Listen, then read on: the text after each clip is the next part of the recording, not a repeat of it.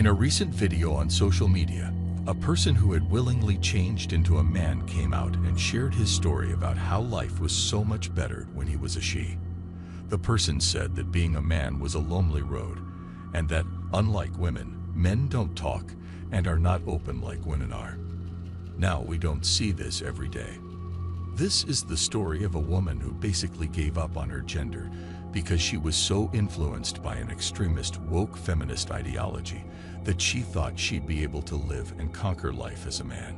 But she never imagined how hard it actually is to be a man in today's world. And like most women, she now came out on social media to talk about it, complain, and whine to the whole world about how being a man is lonely.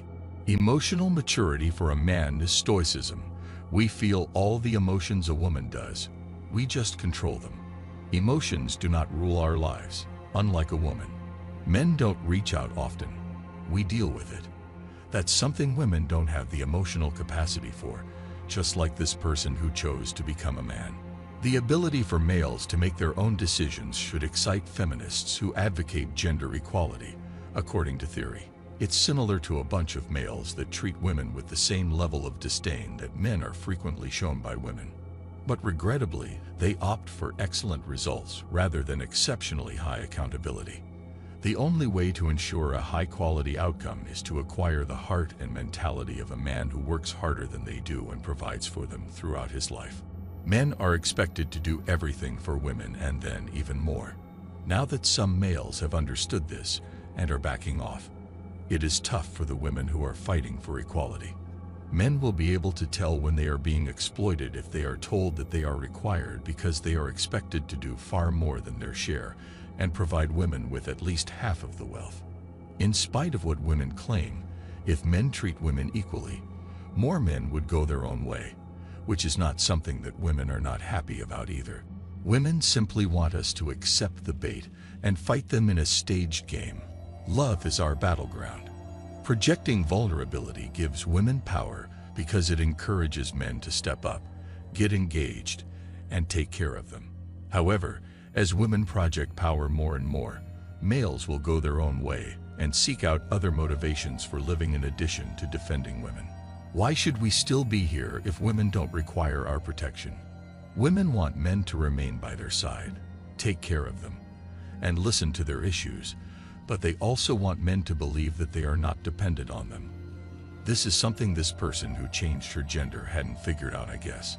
With the promise of freedom from males, feminism has devastated the majority of Western women. Women need males more than they realize because they are unhappy at work and are turning into crazy, lonesome cat ladies, but they won't confess it as long as it is taboo to do so.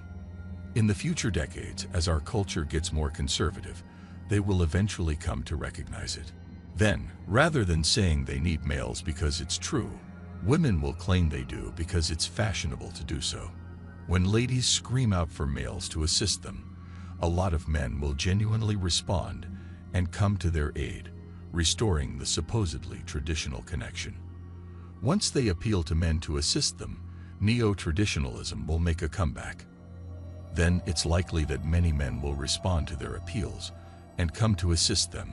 In exchange, they'll receive conventional relationships, and a new variety of neo-traditionalism will manifest itself. Women will suddenly claim to care about males in this scenario, thereby forcing men back to the negotiating table. Because the men's rights movement aims to reunite men and women in a conventional relationship, there are numerous traditions within it. Feminists only want to give males those two options since women benefit regardless of what they choose. We decide against selecting either option because we understand that both are gynocentric and that there is no way to win in either case. Instead, we choose to remove ourselves from the situation by walking away. The issue is that there is no formula that predicts when males will stop talking to women and walk away. The feminists secretly know this, but they are afraid to admit it for fear of frightening away all the eager slaves they now have. Instead, they just criticize guys who go their own way, branding us as men who like other men because we aren't interested in becoming a woman's slave. They also accuse us of being misogynists in the hope that by doing so, we would all lose our ability to interact with women. They want us to worry about losing our ability to have access to their intimate selves. They despise us additionally because we truly inform other males about the realities of modern life. They want us to cease spreading the information about the hidden Yaya Pants sisterhood, but they can't say it out loud for fear of offending us. So instead of doing their dirty job themselves, they hire men's rights advocates and other handy blue pill fools.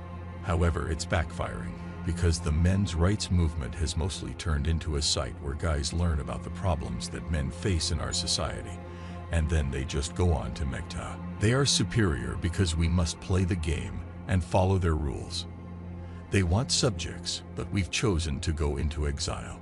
The influential men will eventually leave the nations where they are valued if feminists continue to ruin our cultures by importing sizable conservative populations. Guys who prefer to act independently tend to stay away from women and refrain from playing. Instead, we decide to stay in the grubby liberal cities. As a result, we accumulate more wealth and alienate the women who are disillusioned when they see what they are unable to acquire. When it comes to hormone levels and how we interact with one another intimately, men and women are extremely different from each other's points of view, and all the research and data show that women who have a history of promiscuity find it difficult to develop good long-term monogamous ties with males. If you're a woman watching this and you're hoping to meet a good guy to have a family with, don't be a garden tool and don't go tossing it about to every person who shows you some attention. That's simply the reality of the intimate market. You want to maintain your attractiveness, so make sure your notch isn't something that would raise most eyebrows. That is simply the way things are, and you know that no amount of fighting, finger pointing, or shouting can ever change that. It will always be that way. Since there is a 100% probability that she won't be truthful if you ask her, many males ask how you calculate the notch count. One of two things will happen if you question a woman about her notch count. Either she will lie, or she will understate it. Simple. It makes one think that women really don't understand the concept of equality, even though they're the ones who are promoting it and talking about it all the time. They want selective equality, where they get to select the metrics that should be used to analyze them, and then select the ones used to analyze and judge men. It's quite amusing when women these days say that a woman's past shouldn't be used to judge her, but say quite the opposite when it's about knowing a man's past. It's selective liberalism and selective feminism, both of which are quite hypocritical in nature. It's funny that women don't feel that men are special in any way until all of a sudden they have the disadvantages and the loneliness and the struggle and the rough times that men face. Now we need to do more for men. But when men that are men all their lives say, hey, why are laws only one way? Why is it okay not to hire me, but it's okay to hire women or, other demographics other than me? When we say something like that, no one listens to the men, and then the only thing left for men to do is to survive through it and make the most of what life has to offer. This is because, for men, nothing is ever handed out on a plate as it is for women. That's the reality of people like these, who change their own genders because of some ideology they might have come to regret as they face it. Thanks for watching The Circle of Kings.